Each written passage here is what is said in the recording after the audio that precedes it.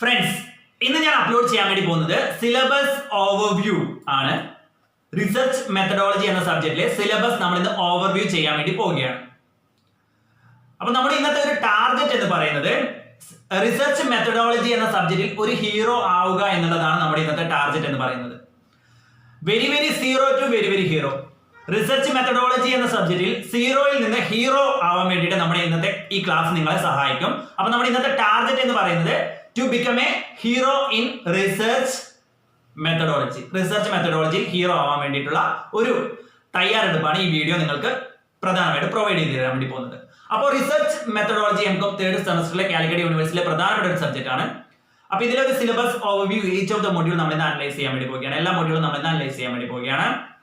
അപ്പോൾ module number 1 നമുക്ക് start ചെയ്യാം. This is not a class, this one is the syllabus overview of research methodology. Not a class, ഇതൊരു class അല്ല, syllabus overview ആണ്.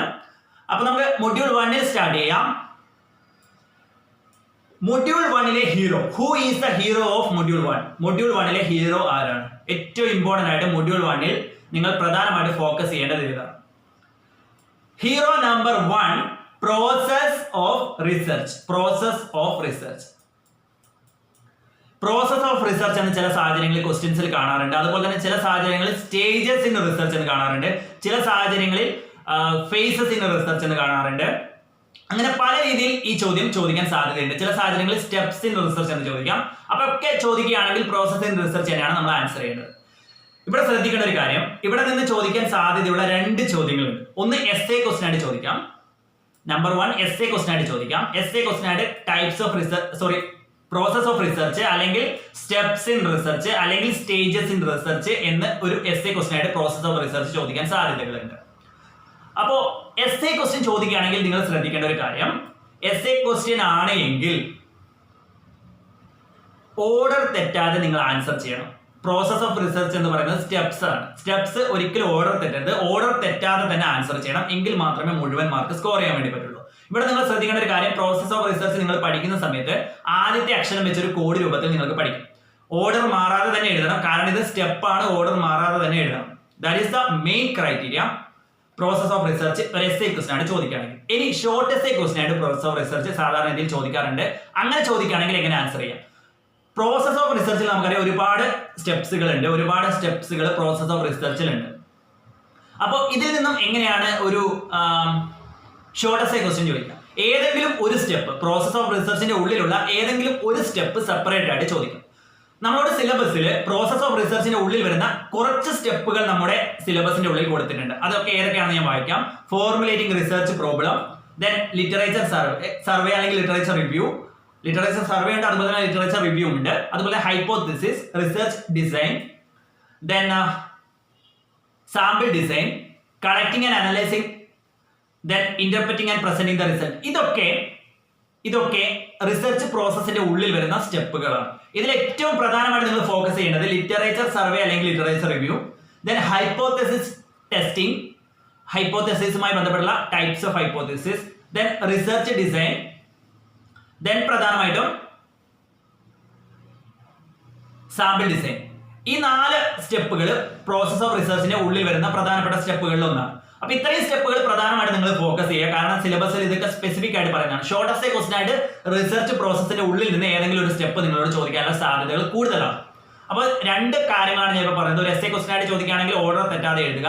ഒരു short SA question ചോദിക്കുകയാണെങ്കിൽ അതിന്റെ ഉള്ളിൽ നിന്ന് ഏതെങ്കിലും ഒരു സ്റ്റെപ്പായിട്ട് ചോദിക്കുക, ഏതെങ്കിലും ഒരു സ്റ്റെപ്പ് ആയിരിക്കും ചോദിക്കുക. അപ്പൊ നമ്മുടെ സിലബസിൽ പറയുന്ന കുറച്ച് സ്റ്റെപ്പുകൾ, റിസർച്ച് പ്രോസസ്സിന്റെ ഉള്ളിൽ വരുന്ന സ്റ്റെപ്പുകൾ നമ്മുടെ സിലബസിൽ കുറച്ച് സ്റ്റെപ്പുകൾ കൊടുത്തിട്ടുണ്ട്. ആ സ്റ്റെപ്പുകൾ പ്രധാനമായിട്ട് നിങ്ങൾ ഫോക്കസ് ചെയ്ത് പഠിക്കാം. കാരണം അത് സിലബസിൽ സ്പെസിഫിക് ആയിട്ട് ആ സ്റ്റെപ്പുകൾ പറയുന്നത് കൊണ്ട് ചിലപ്പോൾ ഷോർട്ട് എസ്എ ക്വസ്റ്റ്യൻ ആയിട്ട് ഏതെങ്കിലും സ്റ്റെപ്പ് എക്സ്പ്ലെയിൻ ചെയ്യാനുള്ള സാധ്യതകളുണ്ട്. പ്രധാനമായിട്ട് ലിറ്ററേച്ചർ സർവേ, അതുപോലെ തന്നെ literature review, then hypothesis, research design, sample design, അതുപോലെ തന്നെ ദീസ് വൺ. ഇത്രയും കാര്യങ്ങൾ പ്രധാനമായിട്ട് നിങ്ങൾ ഫോക്കസ് ചെയ്യാൻ വേണ്ടി ശ്രമിക്കുക. Then hero number 2 of the module 2. Hero number 2. Who is the hero number 2?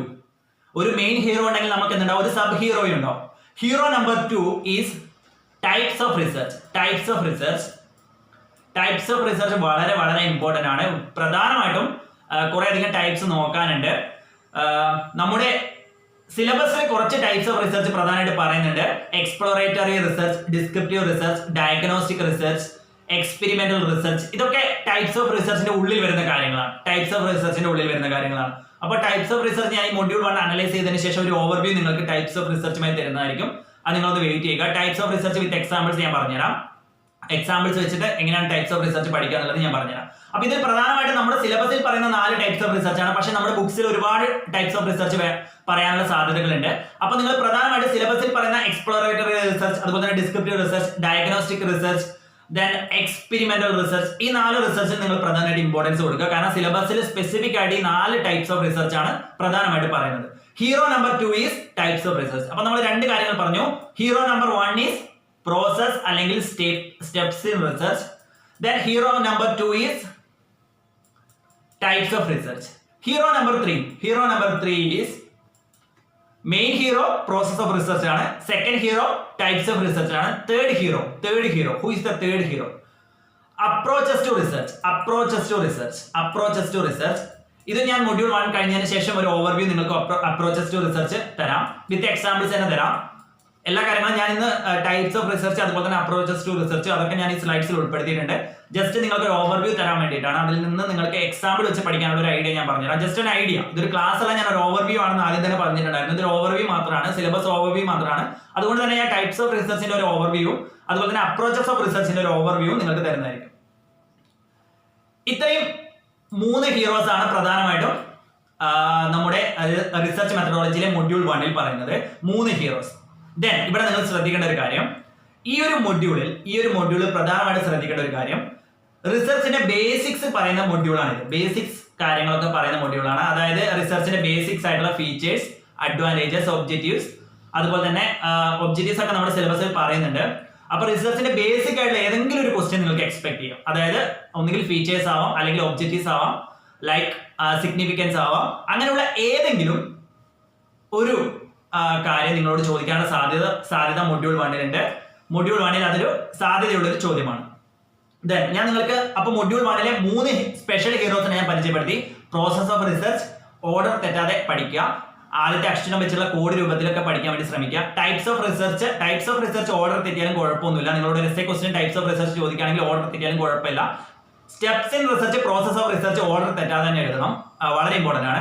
Then approaches to research ഏതൊക്കെയാണെന്ന് ഞാനിപ്പോൾ നിങ്ങൾക്ക് പറഞ്ഞുതരാം. അപ്പൊ ഞാൻ നിങ്ങൾക്ക് അപ്രോച്ചസ് ടു റിസർച്ച്, അതുപോലെ തന്നെ ടൈപ്സ് ഓഫ് റിസർച്ച് ഒരു ഓവർവ്യൂ തരാം. അപ്രോച്ചസ് ടു റിസർച്ചിൽ പ്രധാനമായിട്ടും quantitative research, qualitative research, quantitative approach, qualitative approach, pragmatic approach, inductive approach, deductive approach. Approaches to റിസർച്ചിൽ പ്രധാനമായിട്ട് ഉപയോഗിക്കുന്ന അപ്രോച്ചസ് ഇതൊക്കെയാണ്: quantitative approach, qualitative approach, pragmatic approach, inductive approach and deductive approach. ഈ ഒരു 5 അപ്രോച്ചുകൾ നിങ്ങൾ പ്രധാനമായിട്ട് നിങ്ങളുടെ എക്സാം ഷീറ്റിൽ ഉൾപ്പെടുത്തിയാൽ മതിയാവും അപ്രോച്ചസ് ടു റിസർച്ച് ചോദിക്കുകയാണെങ്കിൽ. ഇത് ഓരോന്നും എക്സാമ്പിൾസ് ആയിട്ട് ഞാൻ പറഞ്ഞുതരാം. എന്താണ് ക്വാണ്ടിറ്റേറ്റീവ് റിസർച്ച് എന്ന് പറയുന്നത്? Quantitative research means quantitative datas ആണ് ഇവിടെ ഉപയോഗിക്കുക. സ്റ്റാറ്റിസ്റ്റിക്കൽ ഏരിയാസ് ഉപയോഗിച്ചുകൊണ്ട് ചെയ്യുന്ന അനലൈസ് ആണ് ക്വാണ്ടിറ്റേറ്റീവ് അപ്രോച്ചിൽ നമ്മൾ പ്രധാനമായിട്ട് ഉൾപ്പെടുത്തുക. ക്ലോസ് എൻഡഡ് ക്വസ്റ്റ്യൻസ് ആണ്. ക്ലോസ് എൻഡഡ് ക്വസ്റ്റ്യൻസ് എന്ന് പറഞ്ഞാൽ എന്താണ്? I will give an example.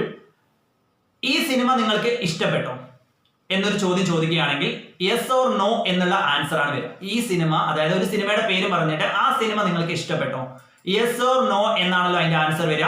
അതിനെയാണ് ക്ലോസ് എൻഡഡ് ക്വസ്റ്റ്യൻ എന്ന് പറയുക. ഒന്നുകിൽ യെസ് അല്ലെങ്കിൽ no, that is close ended question.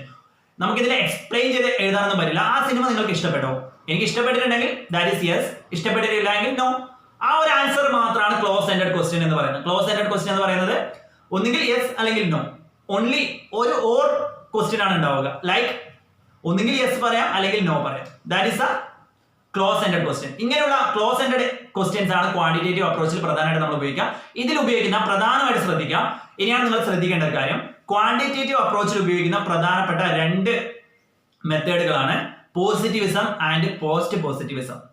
പലരും ഇത് കേട്ടിട്ടുണ്ടാവില്ല. ഇത് നിങ്ങളുടെ എക്സാം ഷീറ്റിൽ നിങ്ങൾ ഉൾപ്പെടുത്തുകയാണെങ്കിൽ you can get full marks because positivism and post positivism. എന്താണ് പോസിറ്റിവിസം എന്ന് ഞാൻ പറഞ്ഞുതരാം. പോസിറ്റിവിസം എന്ന് പറയുന്നത് നമ്മൾ കാണുന്ന കാര്യങ്ങൾ മാത്രം നമ്മൾ വിശ്വസിക്കുന്നു. That is positivism. Reality, truth, അങ്ങനെയുള്ള കാര്യങ്ങളൊക്കെയാണ് നമ്മൾ വിശ്വസിക്കുന്നത്. Four example, I will give an example, simple example. ഒരാളെ തല്ലുന്നത് ഞാൻ കണ്ടു, അദ്ദേഹത്തിന്റെ മുഖത്ത് നിന്ന് ചോര വരുന്നത് ഞാൻ കണ്ടു. ഞാനത് കണ്ടത് കൊണ്ട് എനിക്കത് വിശ്വാസമായി. Okay, that is positivism. ഞാനത് കണ്ടത് കൊണ്ടാണ് എനിക്കത് വിശ്വാസമായത്. ഒരാളുടെ മുഖത്ത് ഒരാൾ അടിക്കുന്നത് ഞാൻ കണ്ടു, ആ മുഖത്ത് നിന്ന് ചോര വരുന്നത് ഞാൻ കണ്ടു. That is positivism. Sense of organs ഉപയോഗിച്ചുകൊണ്ട്, അതായത് എന്റെ കണ്ണ് ഉപയോഗിച്ചുകൊണ്ടോ അല്ലെങ്കിൽ എന്റെ സെൻസ് ഓഫ് ഓർഗൻസ് ആയിട്ടുള്ള എയ്സ്, അതുപോലെ തന്നെ ഇയേഴ്സ്, അങ്ങനെയുള്ള കാര്യങ്ങളൊക്കെ ഉപയോഗിച്ചുകൊണ്ട് ഞാൻ നേരിട്ട് കാണുന്ന കാര്യങ്ങളാണ് പോസിറ്റിവിസം എന്ന് പറയുന്നത്. പോസിറ്റിവിസം അതുപോലെ തന്നെ പോസ്റ്റ് പോസിറ്റിവിസം, ഇത് രണ്ടും ക്വാണ്ടിറ്റേറ്റീവ് അപ്രോച്ചിൽ വരുന്നതാണ്. ക്വാണ്ടിറ്റേറ്റീവ് അപ്രോച്ചിൽ ഉപയോഗിക്കുന്ന രണ്ട് ടെക്നിക്സുകളാണ് positivism and post positivism. Then post positivism എന്ന് പറയുന്നത് നമ്മുടെ തിങ്കിങ് ഉപയോഗിച്ചുകൊണ്ട്, ഫോർ എക്സാമ്പിൾ ഇതേ എക്സാമ്പിൾ ഞാൻ പറയാം. ഞാൻ കണ്ടിട്ടില്ല, പക്ഷെ ഒരാളുടെ മുഖത്തടിച്ചാൽ ചോര വരും എന്നുള്ളത്, ബ്ലഡ് വരും എന്നുള്ളത് എനിക്കറിയാം. That is post positivism. Thinking na post positivism. Post positivism means thinking. Okay, then അപ്പൊ ക്വാണ്ടിറ്റേറ്റീവ് അപ്രോച്ചിൽ ഉപയോഗിക്കുന്ന ക്ലോസ് എൻഡഡ് ക്വസ്റ്റ്യൻസ് ആണ് positivism and post positivism used in the quantitative approach. Then qualitative approach എന്ന് പറയുന്നത് open ended question ആണ്. For example നിങ്ങൾ ഇന്നലെ കണ്ട ആ സിനിമയെ കുറിച്ച് ഒന്ന് എക്സ്പ്ലെയിൻ ചെയ്യാമോ? ആ സിനിമയിൽ അങ്ങനെ ഒരു ചോദ്യം ചോദിക്കുകയാണെങ്കിൽ നമ്മൾ എന്ത് ചെയ്യും? എക്സ്പ്ലെയിൻ ചെയ്ത് പറയും. That is open ended question. Explain രൂപത്തിൽ പറയും. For example if you give some question like, ഞാനിപ്പോൾ പറഞ്ഞ അതേ ക്വസ്റ്റ്യൻ തന്നെ നമുക്ക് എടുക്കാം. നിങ്ങൾ ഇന്നലെ കണ്ട സിനിമയെ കുറിച്ചൊന്ന് പറയാമോ? അപ്പൊ ഞാൻ പറയുകയാണ്, ഞാൻ ഇന്നലെ കണ്ട സിനിമ വളരെ നന്നായിരുന്നു, അതുപോലെ തന്നെ ലൈക്ക് ആ സിനിമ എനിക്ക് വളരെ ഇഷ്ടപ്പെട്ടു, അതിലെ ഹീറോ വളരെ നല്ല രീതിയിൽ അഭിനയിച്ചു, അങ്ങനെയുള്ള കാര്യങ്ങളൊക്കെ എക്സ്പ്ലെയിൻ ചെയ്ത് പറയുകയാണെങ്കിൽ that is open ended question. That is used in the qualitative approach. Open ended question is used in the qualitative approach. ഈ എക്സാമ്പിൾസ് ഒക്കെ നമുക്ക് ഇപ്പൊ തോന്നുമ്പോൾ ഞാൻ പറയുന്നതാണ് കേട്ടോ. ഇതൊക്കെ ലൈക്ക് നിങ്ങൾക്ക് മനസ്സിലാക്കാൻ വേണ്ടിയിട്ട് ഞാൻ ഇപ്പം ഈ ക്ലാസ് എടുക്കുന്നതിന്റെ ഇടയിലാണ് ഞാൻ ഈ എക്സാമ്പിൾസ് ഒക്കെ ഉണ്ടാക്കി പറയുന്നത്. ഇതൊക്കെ നേരത്തെ പറയുന്ന എക്സാമ്പിൾസ് അല്ല, നേരത്തെ തീരുമാനിച്ച് ഞാൻ വന്ന് ക്ലാസ് എടുക്കുന്നതല്ല. ഇതൊക്കെ ഇപ്പൊ ജസ്റ്റ് തോന്നുമ്പോൾ പറയുന്ന എക്സാമ്പിൾസ് ആണ്. അതുകൊണ്ട് നിങ്ങൾക്ക് കൂടുതൽ നാച്ചുറാലിറ്റി ആയിട്ട് ഈ എക്സാമ്പിൾസ് തോന്നാം. അപ്പോൾ open ended questions means describe രൂപത്തിൽ പറയുന്നതിനാണ് open ended. Close ended yes or no only. Then pragmatic approach using science methods in the research process, that is called pragmatic approach. Then ഇവിടെ നിങ്ങളോട് ചോദിക്കാൻ സാധ്യത അടുത്ത അപ്രോച്ച് ആണ് inductive approach and deductive approach. Inductive approach I will give simple examples. Inductive approach particular to general, deductive approach general to particular. Inductive approach ഞാൻ example പറഞ്ഞുതരാം, then you can easily understand. But particular to general, എന്റെ പേര് ജിതിൻ എന്നല്ലേ, ഞാനിവിടെ example മാത്രമാണ്. എൻ്റെ പേര് ജിതിൻ. ഞാൻ സ്ഥിരമായി ക്ലാസ്സിൽ ലേറ്റ് ആയി വരുന്നൊരു വ്യക്തിയാണ്. ഓക്കെ എന്ന് വിചാരിക്കുക. ജസ്റ്റ് തിങ്ക് ഇറ്റ് ജിതിൻ എന്ന് പറയുന്ന ആൾ സ്ഥിരമായി ക്ലാസ്സിൽ ലേറ്റ് ആയി വരുന്ന വ്യക്തിയാണ്. അതുകൊണ്ട് M.Com ക്ലാസ്സിലെ മുഴുവൻ ആൾക്കാരും ലേറ്റ് ആയി വരികയാണെന്ന് മറ്റൊരാൾ പറയുകയാണ്. ജിതിൻ എന്ന് പറയുന്ന ആൾ സ്ഥിരമായി ലേറ്റ് ആയി വരികയാണ്. ജിതിൻ പഠിക്കുന്നത് M.Com ക്ലാസ്സിലാണ്, അതുകൊണ്ട് ആ ക്ലാസ്സിലെ മുഴുവൻ ആൾക്കാരും ലേറ്റ് ആയി വരിക എന്ന് പറയാണ്. This one is inductive. Particular, ഒരാളെ വെച്ച് നമ്മളൊരു ജനറൽ അസംഷൻ ഇവിടെ പറയുകയാണ്. Particular to general, that means ജിതിനെ വെച്ചുകൊണ്ട് ആ ക്ലാസ്സിനെ മുഴുവൻ നമ്മൾ വിലയിരുത്തുകയാണ്. That is inductive approach. Then deductive approach general to particular. I will give some more example. ഒരു ക്ലാസ്സിലെ, അതായത് M.Com ക്ലാസ്സിലെ 10 പേർ, അതായത് ടോട്ടൽ അതിൽ ആ ക്ലാസ്സിൽ 20 പേരുണ്ട്. 10 പേർ ലേറ്റ് ആയിട്ടാണ് വരുന്നത്. 10 പേർ വരുന്നത്. ഓക്കെ, ഒരു ജനറൽ അസംഷൻ ആണ്. M.Com ക്ലാസ്സിലെ 10 പേർ ലേറ്റ് ആയിട്ടാണ് വരുന്നത്. അതുകൊണ്ട് അരുണും ലേറ്റ് ആയിട്ടാണ് വരുന്നതെന്ന് പറയാം. പക്ഷെ ചിലപ്പോൾ അരുൺ ലേറ്റ് ആയിട്ട് വരാം, ചിലപ്പോൾ അരുൺ ലേറ്റ് ആവാതെ വരാം. M.Com ക്ലാസ്സിലെ 10 പേര് ലേറ്റ് ആയിട്ടാണ് വരുന്നത്, അതുകൊണ്ട് അരുണും ലേറ്റ് ആയിട്ട് വരികയാണ്. ഇവിടെ ജനറൽ ടു പർട്ടിക്കുലർ ആണ് നമ്മൾ എടുക്കുന്നത്. ജനറൽ അസംഷൻ വെച്ചിട്ട്, അതായത് M.Com ക്ലാസ്സിലെ ഭൂരിഭാഗം ആൾക്കാരെ ലേറ്റ് ആയിട്ടാണ് വരുന്നത്, അതുകൊണ്ട് പർട്ടിക്കുലർ അരുണും ലേറ്റ് ആയിട്ടാണ് വരികയാണെന്നുള്ള അസംഷൻ വെക്കുകയാണെങ്കിൽ that is called deductive approach. Deductive approach and inductive approach. That is inductive approach inductive approach എന്ന് പറയുന്ന ഒരാളെ വെച്ച് നമ്മൾ എന്ത് ചെയ്യാണ്? General assumption ഉണ്ടാക്കിയാണ്. ജിതിൻ, ഞാൻ പറഞ്ഞ എക്സാമ്പിൾ തന്നെ, ജിതിനെ വെച്ചുകൊണ്ട് നമ്മൾ എന്ത് ചെയ്യണം? ആ ക്ലാസ്സിന് മൊത്തത്തിൽ വിലയിരുത്തുകയാണ്. That is inductive approach. Deductive approach എന്ന് പറഞ്ഞാൽ ജനറൽ ടു പർട്ടിക്കുലർ, നേരെ ഓപ്പോസിറ്റ് ആണ്. General to particular. M.Com ക്ലാസ്സിലെ 10 പേർ ലേറ്റ് ആയിട്ടാണ് വരുന്നത്, അതുകൊണ്ട് അരുണും ലേറ്റ് ആയിട്ടാണ് വരികയാണെന്ന് പറയുകയാണ്. That is deductive approach. That's all. Then types of research. ഞാനിവിടെ ഇതൊരു ഓവർവ്യൂ മാത്രമാണ് നിങ്ങൾക്ക് തരുന്നത്. ടൈപ്പ് ഓഫ് റിസർച്ച് ഞാൻ എക്സാമ്പിളിലൂടെ തന്നെ പറഞ്ഞുതരാം. All the things I will give an example. Type of research. First one, pure research. Pure research ne fundamental research എന്നൊക്കെ പറയാറുണ്ട്. Original type of research for a curiosity. ഒരു ക്യൂരിയോസിറ്റിക്ക് വേണ്ടിയിട്ട് ഫോർ എക്സാമ്പിൾ ഒരു ആകാംക്ഷ കൊണ്ട് ആ റിസർച്ച് നടത്തുകയാണെങ്കിൽ that is called pure research. I will give an example. നമ്മളിപ്പോ പ്രമുഖ തിയറീസ് ഒക്കെയുള്ള ഐൻസ്റ്റീൻ തിയറീസ്, അതുപോലെ തന്നെ ന്യൂട്ടൺസ് തിയറീസ്, അങ്ങനെ അതൊക്കെ പഠിക്കാൻ വേണ്ടിയിട്ട്, അതൊക്കെ കൂടുതൽ മനസ്സിലാക്കാൻ വേണ്ടിയിട്ട് എനിക്ക് അതിനോടുള്ള ആകാംക്ഷ, ക്യൂരിയോസിറ്റി കൊണ്ട് ഞാൻ അവിടെ ആ ഒരു ഏരിയയിൽ റിസർച്ച് നടത്തുകയാണെങ്കിൽ that is called a pure research. Only for a curiosity original type of research ആണ് ഫോർ എ ക്യൂരിയോസിറ്റി. ഒരു ക്യൂരിയോസിറ്റി കൊണ്ടാണ് ആ റിസർച്ച് നടത്തിയെങ്കിൽ അതിൽ പ്യൂർ റിസർച്ച് എന്ന് പറയാൻ വേണ്ടി പറ്റും. അപ്പൊ ഞാനിവിടെ ഒരു എക്സാമ്പിൾ സഹിതം നിങ്ങൾക്ക് ഇത് ജസ്റ്റ് ഒന്ന് പറഞ്ഞു തരികയാണ്. ഞാനിതൊരു ഔട്ട്ലൈൻ മാത്രമേ തരുന്നുള്ളൂ, ബാക്കിയുള്ള കാര്യങ്ങളൊക്കെ നിങ്ങൾക്ക് മനസ്സിലാക്കാം. ഇത് ജസ്റ്റ് റിയൽ ലൈഫ് എക്സാമ്പിൾ ആണ് ഞാൻ ഇവിടെ പറഞ്ഞു തരാൻ വേണ്ടി പോകുന്നത്. Then applied research theory put in on application. For example medical ഷോപ്പിൽ കാണുന്ന ലൈക്ക് ഗുളിക, ടാബ്ലറ്റ്, ലൈക്ക് മെഡിക്കൽ ടാബ്ലറ്റ്സ് ഒക്കെ ഇല്ലേ, നമ്മൾ പഠിച്ച മെഡിക്കൽ സിദ്ധാന്തങ്ങൾ ഉപയോഗിച്ചുകൊണ്ട് ആ മെഡിക്കൽ തിയറി അപ്ലൈ ചെയ്തിട്ടാണ് ലൈക്ക് നമുക്ക് കിട്ടുന്ന ടാബ്ലറ്റ് അങ്ങനെയുള്ള കാര്യങ്ങളൊക്കെ കിട്ടുന്നത്. That is the applied research. Then action research, theory put in an application, that is called applied research. Then next one, action research. Action research is immediate problem solving. പെട്ടെന്ന് ഉണ്ടാവുന്ന problems പരിഹരിക്കാൻ വേണ്ടിയിട്ടാണ് action research. For example corona vaccine, that is a better example for the action research. പെട്ടെന്നുണ്ടായ ഒരു problem ആണ് corona, അതിനെ പരിഹരിക്കാൻ വേണ്ടിയിട്ട് corona vaccine, that is called action research. Then social science റിസർച്ചിന് സോഷ്യലി റിലവന്റ് ആയിട്ടുള്ള ടോപ്പിക്. ഫോർ എക്സാമ്പിൾ ഞാൻ എന്റെ സൊസൈറ്റിയിലെ ജനങ്ങളെ കുറിച്ചാണ് പഠിക്കുന്നത്, that is social science research. Then next one descriptive research, very much important, your സിലബസിൽ സ്പെസിഫിക് ആയിട്ട് പറയുന്ന കാര്യമാണ്. Descriptive റിസർച്ചിന് nothing is manipulated in this type of research. I will give an example, then you can easily understandable. Nothing is manipulated. I will give an example like descriptive റിസർച്ചിൽ ഉപയോഗിക്കുന്ന ഒരു ടൂളാണ് survey. Descriptive റിസർച്ചിന്റെ ഉള്ളിൽ ഉപയോഗിക്കുന്ന ഒരു ടൂളാണ്. നിങ്ങൾക്ക് ചിലപ്പോൾ ചോദിക്കുകയാണെങ്കിൽ ഡിസ്ക്രിപ്റ്റീവ് റിസർച്ചിന്റെ ഉള്ളിൽ ഉപയോഗിക്കുന്ന ടൂൾ ഏതാണ്? സർവേ ആണ് ബെറ്റർ ടൂൾ ഡിസ്ക്രിപ്റ്റീവ് റിസർച്ചിൽ ഉപയോഗിക്കുന്ന ടൂൾ. ഞാൻ ഇവിടെ എക്സാമ്പിൾസ് ആയിട്ട് പറഞ്ഞുതരാം. നത്തിങ് ഈസ് മാനിപ്പുലേറ്റഡ് എക്സാമ്പിൾ ഞാൻ പറഞ്ഞുതരാം. സർവേ എന്ന് പറഞ്ഞാൽ എന്താ? ഒരാളുടെ അടുത്ത് പോയിട്ട് നിങ്ങൾ ഡാറ്റ കളക്ട് ചെയ്യണം, അതിനാണ് സർവേ എന്ന് പറയാം. അപ്പൊ അവരുടെ അഭിപ്രായമല്ലേ നമ്മൾ അവിടെ രേഖപ്പെടുത്തുന്നത്, നമ്മുടെ അഭിപ്രായമല്ലല്ലോ, അവരുടെ അഭിപ്രായമല്ലേ. നമുക്ക് അവിടെ ഒന്നും മാനിപ്പുലേറ്റ് ചെയ്യാൻ പറ്റില്ലല്ലോ. Nothing is manipulated in this type of research is called descriptive research. Survey is a better example. Okay,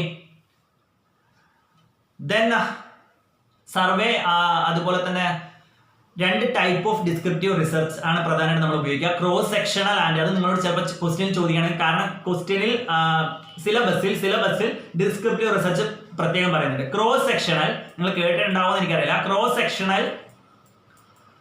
sectional and longitudinal ഈ രണ്ട് ടൈപ്സ് ആണ്. അതായത് ക്രോസ് സെക്ഷണൽ ടൈപ്പും ലോങ്ങിറ്റ്യൂഡിനൽ. ഇത് കേട്ട് നിങ്ങൾ ടെൻഷൻ അടിക്കേണ്ട ആവശ്യമില്ല. Simple example I will give. ഈ രണ്ട് ടൈപ്സ് ആണ് ഡിസ്ക്രിപ്റ്റീവ് റിസർച്ചിൽ ഉപയോഗിക്കുന്ന research types of tools of types of research used in the descriptive research is cross sectional and longitudinal. Cross sectional എന്ന് പറഞ്ഞാൽ ഒരു ഡാറ്റ ഒറ്റ ടൈമിൽ ഒറ്റ ഡാറ്റ മാത്രമേ നമ്മൾ കളക്ട് ചെയ്യുള്ളൂ. ഫോർ എക്സാമ്പിൾ 2019 പാസ് ഔട്ട് ആയിട്ടുള്ള എംകോം സ്റ്റുഡൻസിനെ മാത്രമേ നമ്മൾ കളക്ട് ചെയ്യുന്നുള്ളൂ എങ്കിൽ അതിനെ ക്രോസ് സെക്ഷണൽ എന്ന് പറയാൻ വേണ്ടി വരും. ഒരു വർഷത്തെ ഡാറ്റ മാത്രമേ നമ്മൾ കളക്ട് ചെയ്യുന്നുള്ളൂ, അതിനാണ് ക്രോസ് സെക്ഷണൽ. ലോങ്ങിറ്റ്യൂഡിനലിന്റെ പേരിൽ തന്നെ ലോങ് 2019 ഡാറ്റ നമ്മൾ കളക്ട് ചെയ്യും, 2020 ഡാറ്റ നമ്മൾ കളക്ട് ചെയ്യും, 2021 ഡാറ്റ നമ്മൾ കളക്ട് ചെയ്യും, അങ്ങനെ പല ഡാറ്റ കളക്ട് ചെയ്യുകയാണെങ്കിൽ that is called longitudinal. Cross sectional ഒരേ സമയം ഒറ്റ ഡാറ്റ മാത്രം, ലോങ്ങിറ്റ്യൂഡിനൽ പല ഡാറ്റാസ് കളക്ട് ചെയ്യുന്നതിനാണ് ലോങ്ങിറ്റ്യൂഡിനൽ എന്ന് പറയാം. ഇത് രണ്ടും ഡിസ്ക്രിപ്റ്റീവ് റിസർച്ചിന്റെ ടൈപ്സ് ഓഫ് ഡിസ്ക്രിപ്റ്റീവ് റിസർച്ച് ആണ്, cross sectional and longitudinal. Descriptive റിസർച്ചിൽ ഉപയോഗിക്കുന്ന ഏറ്റവും വലിയ ടൂളാണ് സർവേ. നത്തിങ് ഈസ് മാനിപ്പുലേറ്റഡ്, ഒരു കൃത്രിമവും കാണിക്കാൻ വേണ്ടി പറ്റില്ല descriptive research. Then analytical research using graph അങ്ങനെയുള്ള സ്റ്റാറ്റിസ്റ്റിക്കൽ ഏരിയ ഉപയോഗിച്ചുകൊണ്ട് അനലൈസ് ചെയ്യുന്നതിനാണ് അനലിറ്റിക്കൽ റിസർച്ച് എന്ന് പറയുന്നത്. ദെൻ ക്വാണ്ടിറ്റേറ്റീവ് റിസർച്ചിന് quantitative aspects, close ended questions, ഞാൻ നേരത്തെ പറഞ്ഞു തന്നിട്ടുള്ള കാര്യം തന്നെയാണ്. ക്വാണ്ടിറ്റേറ്റീവ് ആസ്പെക്ട് ആയിട്ടുള്ള ഇക്വേഷൻസ്, അതുപോലെ തന്നെ മീൻ, മീഡിയൻ, മോഡ് അങ്ങനെയുള്ള ഡാറ്റാസ് ഒക്കെ ഉപയോഗിച്ചുകൊണ്ട് നമ്മൾ ഡാറ്റ അനലൈസ് ചെയ്യുന്നതാണ് ക്വാണ്ടിറ്റേറ്റീവ് റിസർച്ച് എന്ന് പറയാം. ക്വാളിറ്റേറ്റീവ് റിസർച്ചിന് ഓപ്പൺ എൻഡഡ് ക്വസ്റ്റ്യൻ, ഞാൻ നേരത്തെ നിങ്ങളോട് പറഞ്ഞിട്ടുണ്ടായിരുന്നു. ഓപ്പൺ എൻഡഡ് ക്വസ്റ്റ്യൻ ലൈക്ക് എന്താ പറയാ, ഞാൻ ഇപ്പൊ പറഞ്ഞ അതേ എക്സാമ്പിൾ തന്നെ എടുക്കാം. ആ സിനിമയെ കുറിച്ച് ഒന്ന് എക്സ്പ്ലെയിൻ ചെയ്യാമോ? Like open ended questions are used in the qualitative research. Then empirical റിസർച്ചിന് എക്സ്പീരിയൻസ് ഓർ ഒബ്സർവേഷൻ, ലൈക്ക് എന്റെ എക്സ്പീരിയൻസിൽ നിന്നാണ് ഞാൻ റിസർച്ച് നടത്തുന്നതെങ്കിൽ that is an empirical research. Then exploratory research or formulative research, this is an initial research. അതായത് ഈ റിസർച്ചിൽ മുമ്പ് ആരും തന്നെ ഈ ഒരു റിസർച്ച് നടത്തിയിട്ടില്ല. ഈ ഒരു ഏരിയയിൽ മുമ്പ് ആരും റിസർച്ച് നടത്തിയിട്ടില്ല. That is called exploratory research അല്ലെങ്കിൽ ഫോർമുലേറ്റീവ് റിസർച്ച്. ഇതിനെ ഇനീഷ്യൽ റിസർച്ച് എന്ന് പറയാം. ഇതിനു മുമ്പ് ആരും തന്നെ ഈ ഒരു ഏരിയയിൽ റിസർച്ച് ചെയ്തിട്ടില്ല. ദെൻ ക്രിയേറ്റീവ് റിസർച്ചിന് പുതിയ ഇന്നോവേഷൻ ഏരിയാസ് ഒക്കെ മനസ്സിലാക്കിക്കൊണ്ട് റിസർച്ച് ചെയ്തതിനെയാണ് ക്രിയേറ്റീവ് റിസർച്ച് എന്ന് പറയുന്നത്. ദെൻ ഹിസ്റ്റോറിക്കൽ റിസർച്ചിന് past data. For example I will give an example. Historical research ഞാൻ ഒരു എക്സാമ്പിൾ തരാം. പ്ലാനിംഗ് കമ്മീഷനെ കുറിച്ച് ഒരു റിസർച്ച് നടത്തുകയാണെന്ന് വിചാരിക്കുക. മുൻ വർഷങ്ങളിലെ ഡാറ്റ ഒക്കെ ഉപയോഗിച്ചുകൊണ്ടാണ് നമ്മൾ എന്ത് ചെയ്യുന്നത്, പ്ലാനിംഗ് കമ്മീഷനെ കുറിച്ച് റിസർച്ച് നടത്തുന്നത്. ഇന്നത്തെ ഇപ്പൊ പ്ലാനിംഗ് കമ്മീഷൻ ഇല്ലല്ലോ, ഇപ്പൊ അതിന് പകരം നിതി ആയോഗാണല്ലോ ഉള്ളത്. പ്ലാനിംഗ് കമ്മീഷൻ മുൻപുണ്ടായിരുന്ന പ്ലാനിംഗ് കമ്മീഷനെ കുറിച്ച് നമ്മൾ റിസർച്ച് നടത്തുന്നത്. അതിന്റെ ഡാറ്റാസ് ഒക്കെ നമുക്ക് അവൈലബിൾ ആണ്. പാസ്റ്റ് ഡാറ്റാസ് ഉപയോഗിച്ചുകൊണ്ട്, അതായത് മുൻപേ അവൈലബിൾ ആയിട്ടുള്ള ഡാറ്റ ഉപയോഗിച്ചുകൊണ്ട് നമ്മൾ റിസർച്ച് നടത്തുകയാണെങ്കിൽ that is called historical research. Then experimental research. I will give a better example for the experimental research. I will give one example. Clear cut example I will give one. What is experimental research? എന്താണ് experimental research എന്നുള്ളതിന് ഞാൻ clear cut example തരാം. എൻ്റെ പേര് വെച്ചിട്ട് തന്നെ ഞാൻ example തരാം. നിങ്ങളുടെ ഇതായിട്ടുള്ള ഭാഷയിൽ നിങ്ങൾക്ക് എക്സാമ്പിൾ എഴുതാം കേട്ടോ. എക്സാമ്പിൾ എഴുതാം. ഡോക്ടർ പേഷ്യന്റ് ആണ് ഇത് ഏറ്റവും വലിയൊരു എക്സാമ്പിൾ ആയിട്ട് എക്സ്പെരിമെന്റൽ റിസർച്ചിന് പറയാം. ഞാനിവിടെ എക്സാമ്പിൾ സഹിതം പറഞ്ഞുതരാം. ഒരു വ്യക്തി ഉണ്ടായിരുന്നു, അദ്ദേഹത്തിന്റെ പേര് Jithin. Okay, I will give an example. Jithin, all the things are using my name. Okay, Jitin is a better example. Then Jithin എന്ന് പറയുന്ന വ്യക്തി കൊളസ്ട്രോൾ ചെക്ക് ചെയ്യാൻ വേണ്ടിയിട്ട് ഒരു ഡോക്ടറിന്റെ അടുത്ത് പോയി. ജിതിൻ എന്ന് പറയുന്ന വ്യക്തി കൊളസ്ട്രോൾ ചെക്ക് ചെയ്യാൻ വേണ്ടിയിട്ട് ഒരു ഡോക്ടറിന്റെ അടുത്ത് പോയി.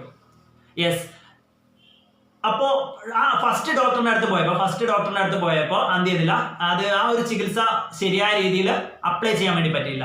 അതുകൊണ്ട് ആ ട്രീറ്റ്മെന്റ് എന്ത് ചെയ്തു, ഫെയിൽ ആയി. ഓക്കെ, ദെൻ ജിതിൻ എന്ന് പറയുന്ന വ്യക്തി സെക്കൻഡ് ഡോക്ടറിന്റെ അടുത്ത് പോയി കൊളസ്ട്രോൾ ചെക്ക് ചെയ്തു.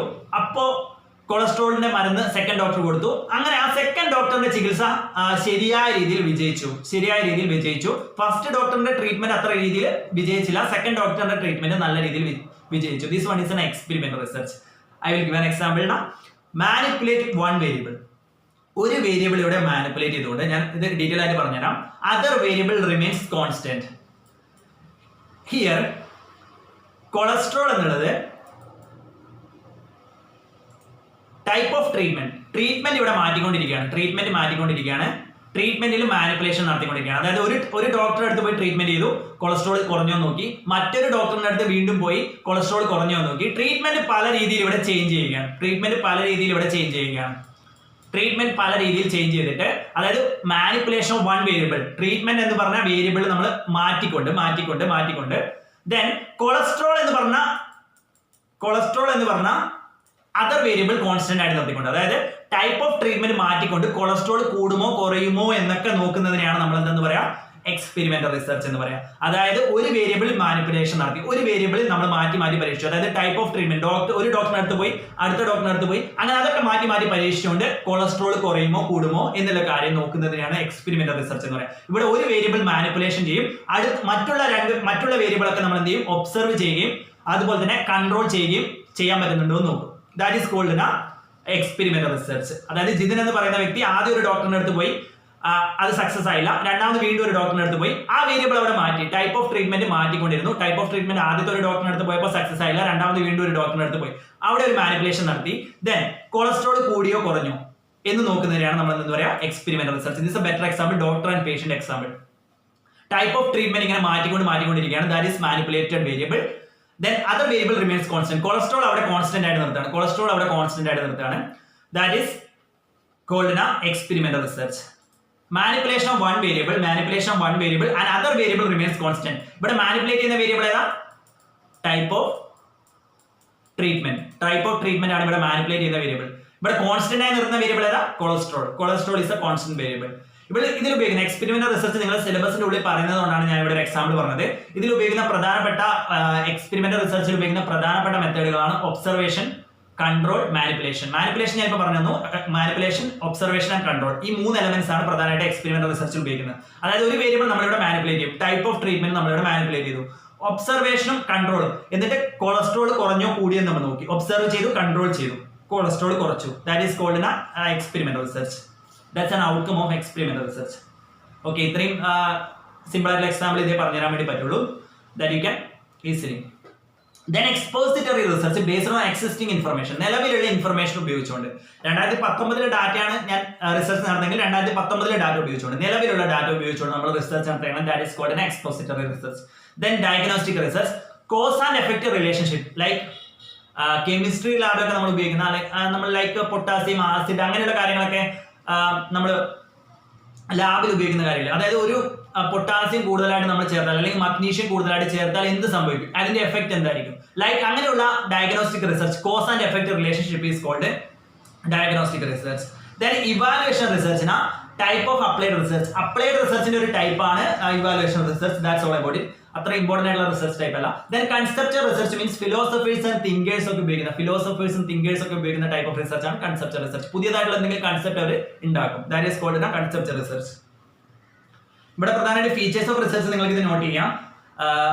Discovery of new knowledge, systematic investigation related with solution to the problem, generalization Z ആണ് കേട്ടോ. CS എന്ന് ചില സ്ഥലങ്ങളിൽ ഉപയോഗിച്ച് കാണാറുണ്ട്. Generalization GENERALIZATIO generalization to the theory. Then expertise knowledge to the problem, statistical method to analyze data, scientific methods to solve the problem, highly purposeful. These are the features of research. You can easily catch these points. Then module number 2 ലേക്ക് നമുക്ക് പോവാം. Module number 2. Who is the hero of module number 2? Random and non-random sampling technique is the hero number 1. Hero number 1 is random and non-random sampling techniques. Sampling techniques is the hero. Sampling techniques is the main hero. Sampling techniques is the main hero. Random sampling, non-random sampling കഴിഞ്ഞ വീഡിയോയിൽ ഞാൻ എടുത്തിട്ടുണ്ടായിരുന്നു. ആ video കാണാത്തവരുണ്ടെങ്കിൽ അത് കാണുക. എന്റെ research methodology എന്ന എന്റെ ചാനലിൽ കയറിയിട്ട് റിസർച്ച് മെത്തഡോളജി എന്ന പ്ലേലിസ്റ്റ് നോക്കുക. അതിൽ മുന്നൊരു വീഡിയോ ഞാൻ ചെയ്തിട്ടുണ്ടായിരുന്നു. അതിൽ റാൻഡം ആൻഡ് നോൺ റാൻഡം സാമ്പിളിങ്ങിനെ കുറിച്ച് പറയുന്നുണ്ട്. ദെൻ ഇതിൽ സാമ്പിളിംഗ് തിയറീസ് ഇമ്പോർട്ടന്റ് ആണ്. Sampling theories you should note it. Then important thing is sampling and non-sampling error. Third hero is sampling and non-sampling error. Sampling error എങ്ങനെയൊക്കെയാണ് സംഭവിക്കുക, non sampling error എങ്ങനെയൊക്കെയാണ് സംഭവിക്കുക. Then factors affecting sample size ഞാൻ നിങ്ങൾക്ക് അതിന്റെ video ചെയ്തിട്ടുണ്ടായിരുന്നു. Factors affecting sample size പറഞ്ഞിട്ടുണ്ടായിരുന്നു. ഇതിൽ പ്രധാനമായിട്ട് നിങ്ങൾ നോക്കേണ്ടത് random and non random sampling technique, അതുപോലെ തന്നെ സാമ്പിളിംഗ് എറേഴ്സ്, സാമ്പിളിംഗ് തിയറീസ് വളരെ ഇമ്പോർട്ടന്റ് ആണ്. ഓക്കെ, എന്താണ് പോപ്പുലേഷൻ എന്ന്, എന്താണ് സാമ്പിൾ എന്ന് നിങ്ങൾക്ക് അറിയാമെന്ന് ഞാൻ പ്രതീക്ഷിക്കുന്നു. What is population? Population means like all the things included. കേരളത്തിലെ മുഴുവനായിട്ട് നമ്മൾ എന്ത് ചെയ്യാണ്, പോപ്പുലേഷൻ എടുക്കുകയാണ്. കേരളത്തിലെ മുഴുവൻ ജനങ്ങളെയും പോപ്പുലേഷൻ എടുക്കുകയാണ്. സാമ്പിൾ എന്ന് പറയുന്നത് എന്താണ്, നമുക്ക് അതിൽ വേണ്ടത് ഒരു 100 ആൾ മാത്രം നമ്മൾ സെലക്ട് ചെയ്യുന്നുള്ളൂ. കേരളത്തിലെ മുഴുവൻ ആളെ നമ്മൾ പോപ്പുലേഷൻ ആയിട്ട് എടുത്തു. പോപ്പുലേഷൻ മീൻസ് മുഴുവൻ, ഹോൾ ദ തിങ്സ്. അതിന്റെ ഉള്ളിൽ വരുന്ന ഒരു ചെറിയ ഏരിയ ആണ് എന്ന് പറയുന്നത് സാമ്പിൾ എന്ന് പറയുന്നത്. അപ്പൊ പോപ്പുലേഷൻ എന്ന് പറഞ്ഞാൽ കേരളത്തിലെ മുഴുവൻ ആൾക്കാരെ പോപ്പുലേഷൻ ആയിട്ട് എടുക്കുകയാണെങ്കിൽ അതിലെ കുറച്ച് ആൾക്കാരെ മാത്രം നമ്മൾ എടുത്ത് പഠിക്കണം. അതിലെ 100 ആൾക്കാരെ 200 ആൾക്കാരെ നമ്മൾ എടുത്ത് പഠിക്കണം. അതിന്റെ സാമ്പിൾ എന്ന് പറയാൻ വേണ്ടി പറ്റും. Representative item of the population is called sample. Sample എന്ന് പറയുന്നത് ചെറുതാണ്, പോപ്പുലേഷൻ എന്ന് പറയുന്നത് വലുതാണ്. ഓക്കെ, ലൈക്ക് പൈലറ്റ് സർവേന ഒരു സർവേക്ക് മുമ്പ്, നമ്മളൊരു മെയിൻ സർവേക്ക് മുമ്പ് നമ്മളൊരു സർവേ ഒരു ട്രയൽ ആയിട്ട് എടുത്ത് നോക്കില്ല, അതിനാണ് പൈലറ്റ് സർവേ എന്ന് പറയാം. That you can note it. ഒരു മെയിൻ പ്രോഗ്രാം നടത്തുന്നതിന് മുമ്പ് നമ്മളൊരു ട്രയൽ ആയിട്ട് ഒരു ജസ്റ്റ് ഒന്ന് നോക്കൂലേ, that's called pilot just before. Factors affecting sample size, I think I explained in the older video. ഞാൻ എക്സ്പ്ലെയിൻ ചെയ്തിട്ടുണ്ടെന്നാണ് എനിക്ക് എൻ്റെ ഒരു ഓർമ്മയിൽ. Factors of sampling size important one. Factors of sampling size important one. Sampling and non sampling errors important one. Then sampling theories important one. Sampling technique I explained in the older video. Sampling technique. അപ്പോൾ hero in this area, techniques of sampling. Second hero, sampling theories. Third hero, sampling errors, sampling and non-sampling errors. These are the 3 important concepts in this one. Okay, then module number 3, primary data collection method, secondary data collection method. That's an important criteria in the module 3. Primary data collection method. Primary data എന്ന് പറഞ്ഞാൽ initial original data. ഒരാളുടെ അടുത്ത് പോയിട്ട് നമ്മളൊരു എന്താ പറയുക, primary data collection method interview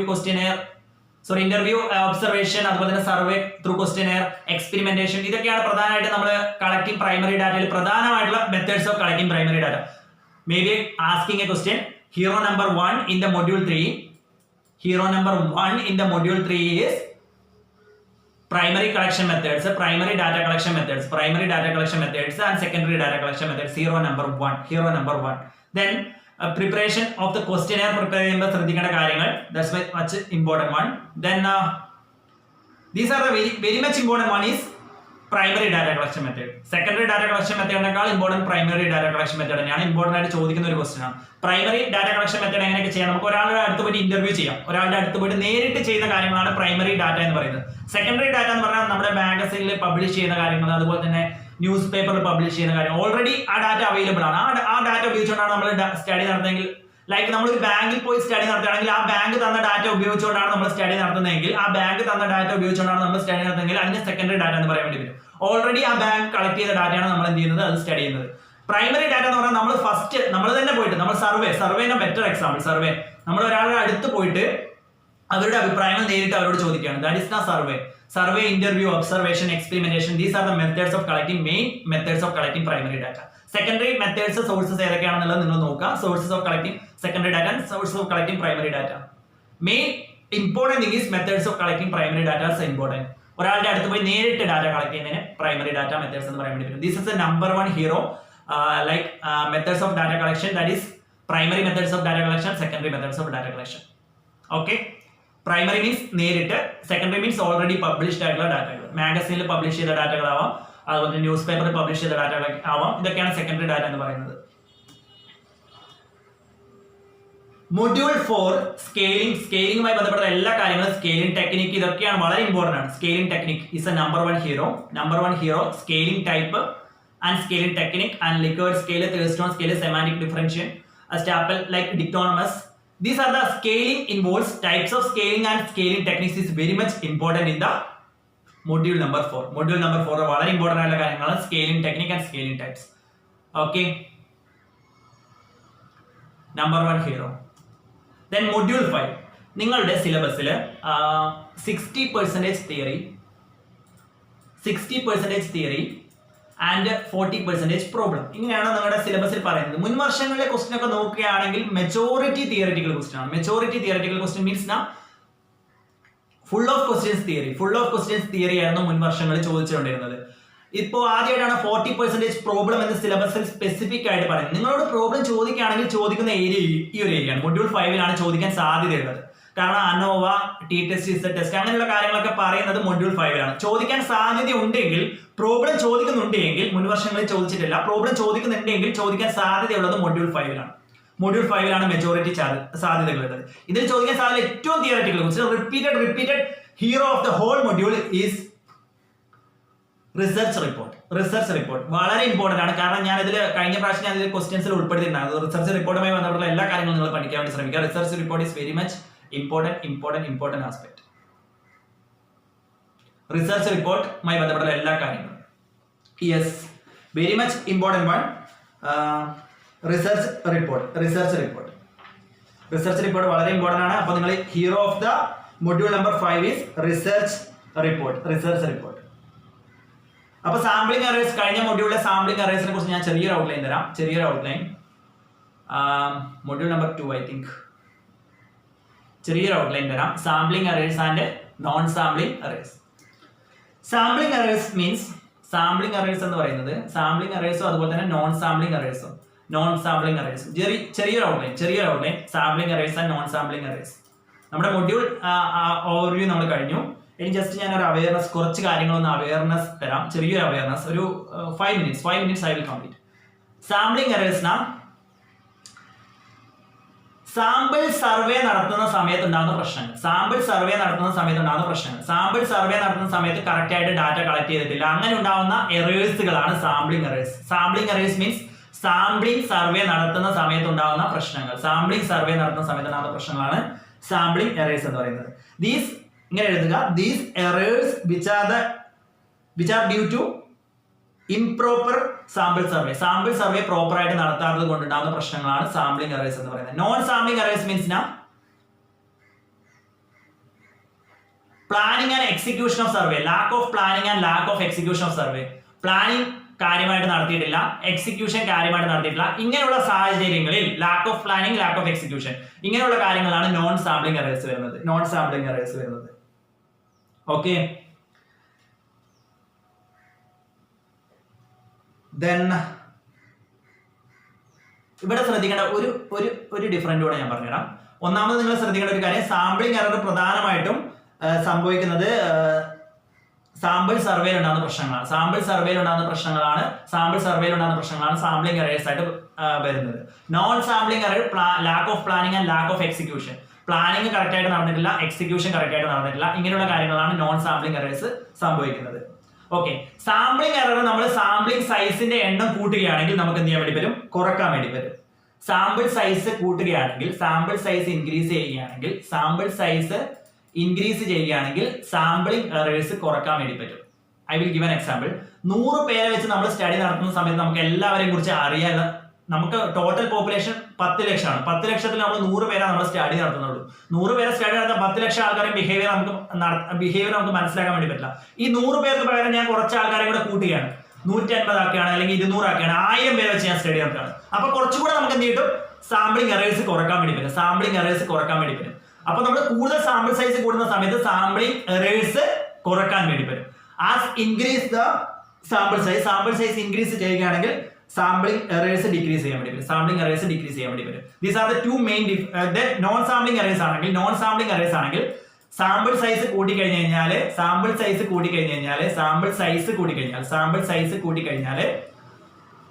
errors കൂടും. കാരണം എന്താ? ഇവിടെ പ്ലാനിങ്ങും ഇല്ല, എക്സിക്യൂഷനും ഇല്ല. അതാണ് നോൺ സാമ്പിളിംഗ് എറേഴ്സ് എന്ന് പറയുന്നത്. അപ്പൊ സാമ്പിൾ സൈസും കൂടെ കൂട്ടിയാലോ കൂടുതൽ എറർ ആവും. That is known sampling error. Sampling error ആണെങ്കിൽ സാമ്പിൾ സൈസ് ഇൻക്രീസ് ചെയ്ത് കഴിഞ്ഞാൽ എറർ കുറയും. നോൺ സാമ്പിളിംഗ് എറർ ആണെങ്കിൽ സാമ്പിൾ സൈസ് ഇൻക്രീസ് ചെയ്ത് കഴിഞ്ഞാൽ എറർ കൂടും. സാമ്പിളിംഗ് എറർ ആണെങ്കിൽ സാമ്പിൾ സൈസ് കൂട്ടിക്കഴിഞ്ഞാൽ എറർ കുറയും. നോൺ സാമ്പിളിംഗ് എറർ ആണെങ്കിൽ സാമ്പിൾ സൈസ് കൂട്ടിക്കഴിഞ്ഞാൽ എറർ കൂടും. Okay, that's A non sampling and sampling errors. Then important one is bibliography reference തമ്മിലുള്ള വ്യത്യാസം. bibliography and reference തമ്മിലുള്ള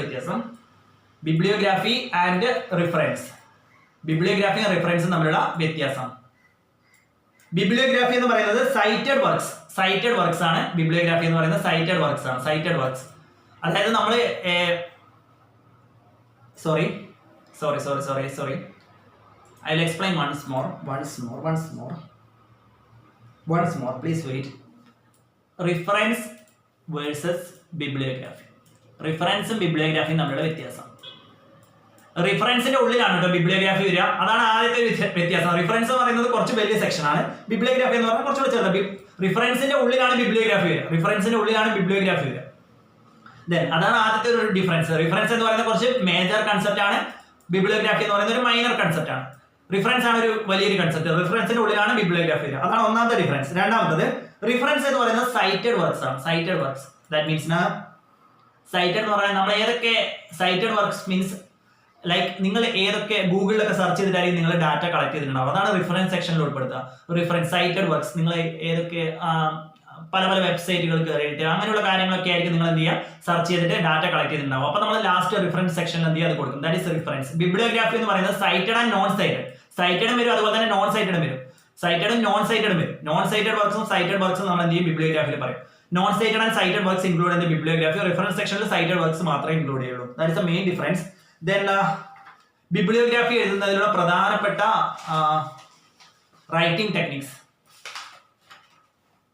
ഫോർമാറ്റ്സ് ഓഫ് റൈറ്റിംഗ് ബിബ്ലിയോഗ്രാഫി. ബിബ്ലിയോഗ്രാഫിയിൽ ഉപയോഗിക്കുന്ന പ്രധാനപ്പെട്ട ഫോർമാറ്റ്സ് ടു റൈറ്റിംഗ് ബിബ്ലിയോഗ്രാഫി. ബിബ്ലിയോഗ്രാഫിയിൽ ഉപയോഗിക്കുന്ന ഫോർമാറ്റ്സ് ടു റൈറ്റിംഗ് ബിബ്ലിയോഗ്രാഫി. ഒന്ന് MLA ഫോർമാറ്റ്. ജസ്റ്റ് പേര് മാത്രം കൊടുത്താൽ മതി. MLA format means modern language association. അതായത് ബിബ്ലിയോഗ്രാഫി എഴുതുന്ന സമയത്ത് നമ്മളൊരു ഫോർമാറ്റ് ഉപയോഗിച്ചുകൊണ്ടാണ് എഴുതുക. അതൊരു ഫോർമാറ്റ് ആണ് modern language association. That is MLA format. Second format is പ്രധാനമായിട്ട് ബുക്കുകളൊക്കെ എഴുതാൻ വേണ്ടിയിട്ട് നമ്മൾ ഫോർമാറ്റ് ഉപയോഗിക്കുന്നത് MLA format, modern language association ഉപയോഗിച്ച്. MLA ഫോർമാറ്റ് ഒരു ഫോർമാറ്റ് ആണ്, ലൈക്ക് എ ഫോർമാറ്റ് ആണ്. ആ ഫോർമാറ്റ് ഉപയോഗിച്ചുകൊണ്ടാണ് നമ്മൾ ഈ ബിബ്ലിയോഗ്രാഫി എഴുതുന്നത്. Then just second format is APA format. That is American psychological association. Bibliography എഴുതുന്ന പ്രധാനപ്പെട്ട ഫോർമാറ്റുകളാണ് American psychological American psychological association. Then ഇതൊക്കെയാണ് പ്രധാന. Then third one Chicago style ഉണ്ട്. ഇതൊക്കെയാണ് പ്രധാനമായിട്ടും ബിബ്ലിയോഗ്രാഫി എഴുതുന്ന സമയത്ത് ഉപയോഗിക്കുന്ന പ്രധാനപ്പെട്ട formats. MLA format and APA format very much important. MLA format is modern language association. American psychological association ആണ് APA ഫോർമാറ്റ് എന്ന് പറയുന്നത്. ദെൻ ചിക്കാഗോ ഫോർമാറ്റ് ഉണ്ട്. ദെൻ ടർബിയൻ ഫോർമാറ്റ് ഉണ്ട്. ഫോർത്ത് വൺ ടർബിയൻ ഫോർമാറ്റ് ഉണ്ട്. These are all the format which are used in the writing the bibliography. Bibliography ഉപയോഗിക്കുന്ന പ്രധാനപ്പെട്ട format ആണ്. Bibliography എഴുതുന്ന സമയത്ത് നമ്മൾ ഉപയോഗിക്കുന്ന ഒരു ഫോർമാറ്റ്, ഒരു സ്റ്റൈൽ ഓഫ് ഫോർമാറ്റ് ആണ് ഇതെന്ന് പറയുന്നത്. സ്റ്റൈൽ ഓഫ് ഫോർമാറ്റ് എന്നാണ് ഇത് പറയുന്നത്. Okay, then style of writing bibliography അങ്ങനെ വേണമെങ്കിൽ എഴുതാം. സ്റ്റൈൽ ഓഫ് റൈറ്റിംഗ് ബിബ്ലിയോഗ്രാഫി അല്ലെങ്കിൽ ഫോർമാറ്റ്സ് ഓഫ് റൈറ്റിംഗ് ബിബ്ലിയോഗ്രാഫി എന്നൊക്കെ വേണമെങ്കിൽ നമുക്ക് എഴുതാൻ വേണ്ടി വരും. These are the important things I think.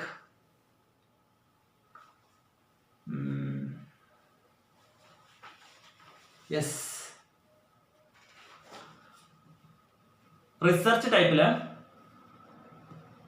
Wait